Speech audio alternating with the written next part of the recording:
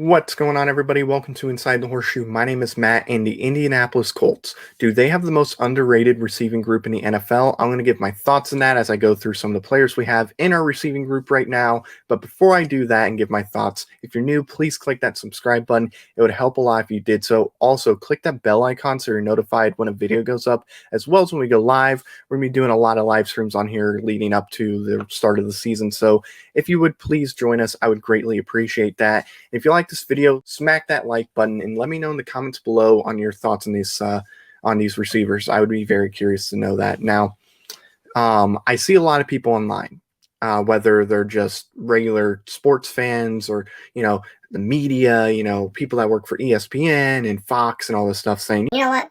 The Colts, they really don't have a good receiving core. They just don't, They don't have a true number one receiver. Now, are they right or are they insane? I'm going to give my thoughts on that as I look into it, all that good stuff. Now, before I get into some of the obvious guys like T.Y., Michael Pittman, I do want to kind of go through just really fast. I'm just going to kind of list them. These are the guys I would be shocked if they made the team.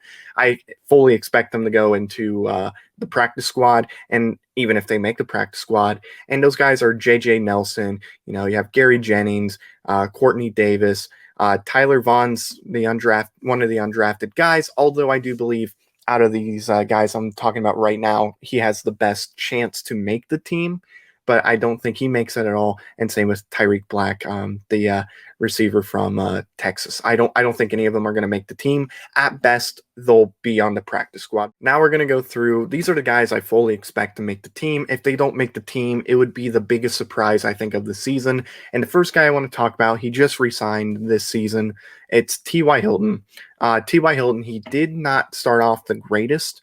He had some mistakes he was making, it was just, some small issues and whatnot, but he was able to fix that, especially once we got to the Houston games. He was able to turn that around, play much better. And honestly, I think he looked really good in those last, 6 games of the season. I'll pull up his stats real quick so we can see what, his total numbers were last year. So as we see here with T.Y. Hilton, obviously not the greatest start. His first game against Jacksonville, 53 yards, not too bad, but really nothing that stands out here. It's really once you get to the first Tennessee game, actually, where he had 81 yards and the 1 touchdown. That's where we start to see old T.Y. Hilton come back, and then obviously at Houston, 110 yards. Plays Vegas, 86 yards, 71 yards against Houston again, 60 yards, and then Jacksonville, final game of the year, 27 yards. Not great. Didn't get a lot of catches in that Buffalo playoff game either. But really, to me, honestly, I think as a number 2 receiver, because I don't think he's going to be receiver number 1. Maybe he will be. I think with Carson Wentz, it's definitely going to help T.Y. Hilton, and maybe he can get to wide receiver number 1. But to me, I just don't see T.Y. doing that. I think T.Y. knows, look, my time is coming. I got to let, Michael Pittman, Paris Campbell, one of the younger guys, I got to let them be number 1 receiver. I think he recognizes that. I think he still wants to ball out. I think he's going to have a really good year because he does want that money. But really, to me, at the end of the day, I think T.Y. is going to have a really good year, but he is a little older now. He's 32 years old. So, I think that's obviously something that will affect him. But, at the end of the day, still, I think a really reliable receiver. I think Carson Wentz is going to have a lot of fun with him too. They were working out together as far as like throwing the ball and whatnot, and seems like he's a real solid receiver. So, or it seems like they had a really solid connection. So, yeah, I think Ty is going to have a better year than this past season and some of the other previous seasons. I think he's going to get closer to that I guess vintage T.Y. Hilton, but he won't quite get there because I just think we got other guys that are younger and, that have a lot of talent too, that is going to take away from T.Y. when it comes to the receptions. But still, T.Y. is going to have a really good year. Now, I'll get to Michael Pittman next. Didn't start out the greatest, obviously. Had that injury against, I can't even remember who it was against. It was, it might have been the Jets or Detroit. But, he had that injury. He was out for a little bit. Yeah, it was the Jets game. He had that injury against the Jets, was out, till November. So he missed about a month. But, obviously we see not the best numbers, but once we got to the Tennessee game and the Baltimore game, that's where we started to see better numbers for him. Does he have like 1,000 yards or something like that? No, he has 503 yards for the season. But still, I think for his first playoff game, especially, he dominated in 90 yards. I think that's really solid. Almost got that 2-point conversion too. I still remember that. I wish he would have gotten it, but it is what it is. But to me, I think Michael Pittman has the ability to be a number one receiver. He has the size, he has the speed you need, he has great hands, he can block. I think he offers a lot to this Colts team, and I think Carson Wentz is going to really take advantage of him. I mean, they pretty much went to throw together right away. I think even before Ty went and caught some balls from Carson. I think Michael Pittman was really involved with Carson once Carson was officially a member of the Colts, and maybe even before. But to me, I think Michael Pittman is going to come in this upcoming season and just dominate. Carson Wentz, he's going to love big body receivers. That's Michael Pittman. Expect Michael Pittman to take that next step. Look, he's not Reggie Wayne. He's not Marvin Harrison. I'll say that right now. But, they didn't have the greatest first seasons when it came to yards and whatnot. That second season's when they took that big step. If Michael Pittman's going to be a number one wide receiver for this team, he's going to have to take that big step, and I believe he will do that. That's why I think T.Y. Hilton's numbers will be down compared to other seasons, even though T.Y. Hilton looks as good maybe as he was a few years ago before he really got affected by some injuries. But yeah, I honestly think Michael Pittman's going to ball out this year, and it just makes this receiving core a lot scarier. Next, we're going to go to Paris Campbell. Paris Campbell is one of those receivers that is just extremely unlucky. Obviously, last season he had that injury against Minnesota. The first play or his first catch knocked him out for the season. He had injuries the previous season. And look, man, when Paris Campbell is healthy, he is a threat. He is absolutely a threat. I mean, we look at the Jacksonville game, 71 yards, and that's pretty solid, out of 6 catches. I think that's quite good. He's got the speed. He's got great footwork.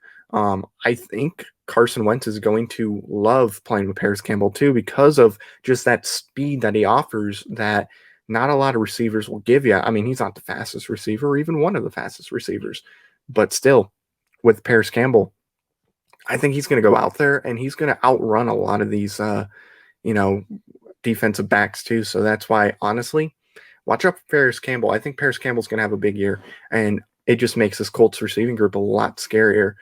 So now I do want to get to Zach Pascal. This is the final guy that I think is an obvious, they're going to make the team. These are your top 4 receivers at the moment anyway. So we look at Zach Pascal's numbers this past season. Obviously not like flashy numbers. I mean, really nice game against Houston with the 79 yards, but really outside of that, not big numbers. But what Zach Pascal offers you, even though he doesn't give you those 1,000-yard seasons, Zach Pascal offers you that reliability. He's that type of player that's going to come in and, you can rely on him. If you need a receiver and you need somebody to step up and make a big play, Zach Pascal is definitely the type of receiver that's going to do that. And I think that's another great weapon for Carson. I think he's going to come in. He's not going to have these huge games. I mean, he might have a few, but he's not going to consistently have these, big games when it comes to just stats and whatnot. But still, to me, I think Zach Pascal for the Colts, he just offers reliability. He's still a really good receiver. I think he can be a really good number 2 receiver. And honestly, I think he's going to be big for this team. I think there's going to be moments where the Colts are going to need a receiver to step up and get open. And I think Pascal is definitely going to be the receiver to do it. He's an underrated receiver. Unfortunately, he's not going to have like monster numbers to prove people wrong. Maybe he will. I just don't see it. So that is my receiver number 4. I think everybody pretty much agrees. Pascal is wide receiver number 4. Of course, it depends what happens with, the other 3, but for the time being, he is receiver number 4. Now, I do want to move on because there are 4 more receivers I'm going to talk about real quick. And the first one I'm going to talk about, who I think is going to be wide receiver number 5, is going to be Desmond Pittman. He did not play last season. Some of the other guys I'll talk about did play last year. He did not play, but I do believe he is going to be receiver number 5.